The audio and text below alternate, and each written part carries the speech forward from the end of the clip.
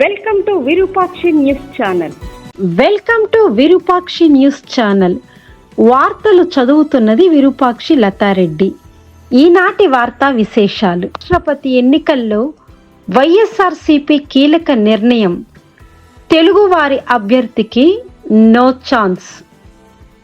దేశ ఉపరాష్ట్రపతి ఎన్నికలు రాజకీయ వేడి పెంచుతున్నాయి. ఈ నేపథ్యంలో వైఎస్ఆర్సీపీ తన వైఖరిని స్పష్టంగా ప్రకటించింది. ఎన్డీఏ అభ్యర్థికి మద్దతు ఇవ్వనున్నట్లు అధికారికంగా కూడా వెల్లడించింది.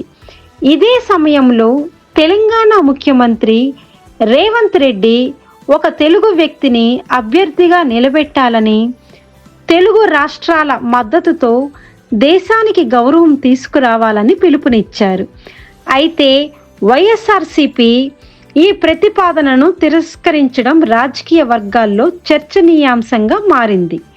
బొత్స సత్యనారాయణ వంటి వైఎస్ఆర్సీపీ నేతలు మాట్లాడుతూ, మేము వ్యక్తిగత అభిప్రాయాల కంటే రాజ్యాంగ విలువలకు ప్రాధాన్యం ఇస్తాం. మా మద్దతు నిర్ణయం సంఖ్యాబలం కాదు, దేశ ప్రయోజనాలపై ఆధారపడి ఉందని ఈ సందర్భంగా స్పష్టం చేశారు.